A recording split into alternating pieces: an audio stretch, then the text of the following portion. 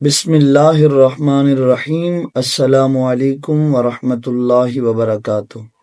صحیح بخاری شریف حدیث نمبر 106، حضرت سیدنا علی المرتضیٰ شیر خدا رضی اللہ تعالی عنہ روایت بیان کرتے ہیں کہ نبی پاک صلی اللہ علیہ وآلہ وسلم نے فرمایا، مجھ پر جھوٹ نہ باندھو، کیونکہ جس نے مجھ پر جھوٹ باندھا اسے دوزخ میں داخل ہونا چاہیے۔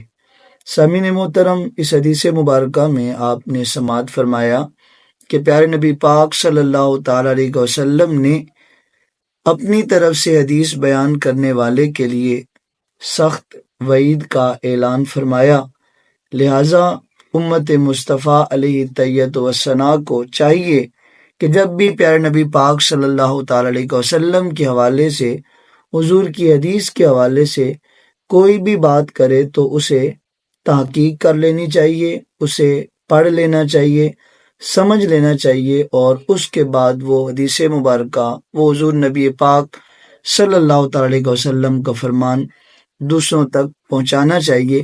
اللہ رب العزت ہمیں پیارے نبی پاک صلی اللہ تعالی علیہ وسلم کی مبارک احادیث کو صحیح معنوں میں سمجھنے اور سمجھ کر دوسروں تک پہنچانے کی توفیق عطا فرمائے۔